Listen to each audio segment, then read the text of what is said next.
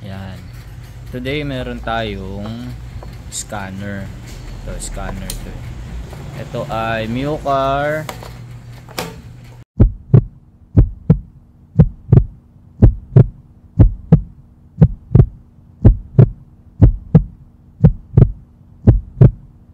Yan. Today meron tayong scanner. Ito, scanner to.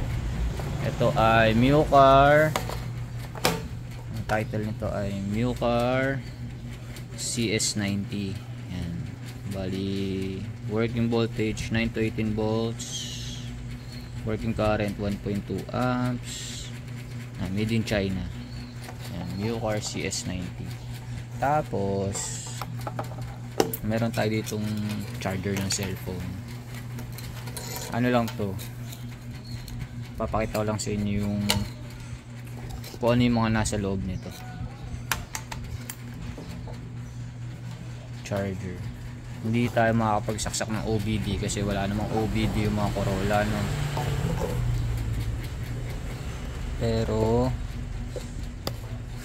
ano buksan? Kaya bubuksan natin. Nandito yung ano niya. Yan. Nandiyan yung micro SD tsaka yung USB port. Type C na siya. Sa gilid wala siyang mga buttons. Yan. Tapos sasaksak natin to. Yeah. Magpa-power up yan.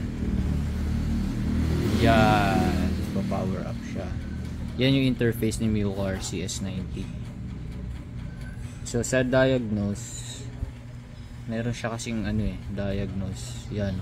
Yung mga may auto search, OBD, demo, history. Tapos nandito yung mga type ng mga auto na kaya niya i-handle. Dami, no? Tingnan nyo na lang kung nandyan yung auto nyo. Pero kalimitan naman kasi sa Asia, Toyota, Honda, Nissan, diba? So ang dami, oh. Ayan, Toyota China pa, may Toyota pa dito, may Tata India pa, Volvo meron din. Yan. So American, pwede mo siyang hanapin, American ba, European, Asian, and China. So pati China meron din, Chery, Chang'an. Ayan. So hindi tayo makapag auto search kasi ayan, hindi naman tayo connected sa OBD. Tsaka yung iba hindi naman auto search, kaya kailangan mo talagang pumunta sa OBD. Kaya lang since hindi nga tayo connected, hindi tayo makakonect. So yan lang. Tapos sa OBD yung ganun din, yun din yun. Ito yung diagnose kasi, pwede ka mag auto search, pwede ka mag OBD, tsaka I am ready. Sa OBD hindi din, since wala. Etong maganda dito, yung maintenance. Ang dami niyang maintenance.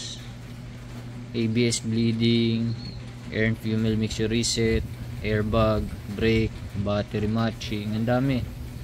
Coolant bleed, EGR, ang dami. Ito lang kagandahan ng CS90. Yung CS99 kasi basta mababa lang yung nun, reset. Itong CS90 madami siyang reset. Tapos may history na rin. Ayan, yung mga na check mo na history. Meron din siyang file. Ayan, nandyan din yung sa history nun. Tapos meron siyang report. Wala namang sinave na report. PDF, pwede ka mag-save ng PDF, and others.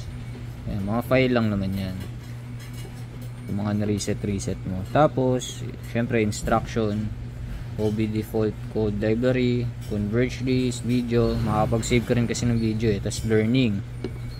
Tapos sa update, actually lahat on update ko na 124. Yan, 124. Nandyan lahat yan. So updated na to. Ang kagandahan lang nitong CS90, hindi mo na kailangan ng computer or kung ano pa. Connect mo lang sa wifi, automatic na siya mag-update. Pero napapansin ko dito, parang araw-araw siya may update. Kasi kaka-update ko lang nito. Ngayon may update na naman. So wala siyang. Tapos sa settings, wala naman, nandito lang itong mga ek na to. Naku, nakita rin yung serial, no? Pero bayaan mo na. Sa updated naman yan.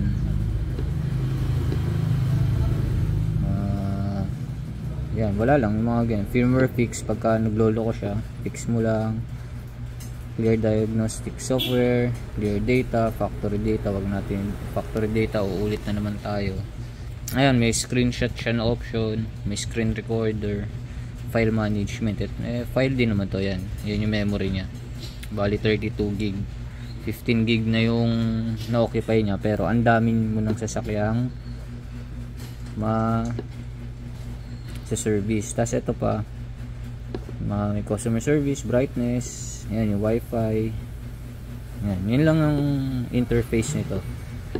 Wala siya nung ganun, yung yan, swipe down, wala siya nun. So yan muna. Yan. Siguro mas maganda to kaysa doon sa CS99. Ang advantage ng CS99, meron kang isang unit na full scan. Kung halimbawa pipiliin mo si Toyota, parang lahat nun pwede mong ibibigay nun, or ewan ko kung magiging bidirectional yun, kasi bukod pa yung bidirectional, ito kasi hindi. So yun, pero sa akin mas okay na to kasi kumpleto na yung reset nya, diba? Daming reset. Sunroof, syempre hindi tayo makaka-connect dyan. OBD, wala tayong connection. Steering angle, wala tayo nyan. Pero ito kasi depende sa unit pa din kung supported nya na mabago mo, ma-reset mo, or meron siya. Immobilizer, wala rin tayo nyan. Hindi tayo nakasaksak sa OBD. Ito yung OBD nya. So yan, maganda naman siya. Tingnan na lang natin kung maayos natin yung mga unit na may check engine. Wala pa siyang update pero lagi kong ina-update to para doon sa mga bagong unit. Tsaka malay mo may mga bugs and fixes siyang inayos. So yun muna, share ko lang sa inyo to. Magandang magandang tool sa mga naka EFI na, yung mga computer box na yung mga auto. So si Corolla walang din yan, pakiramdaman. So yan muna, hanggang sa susunod, bye bye.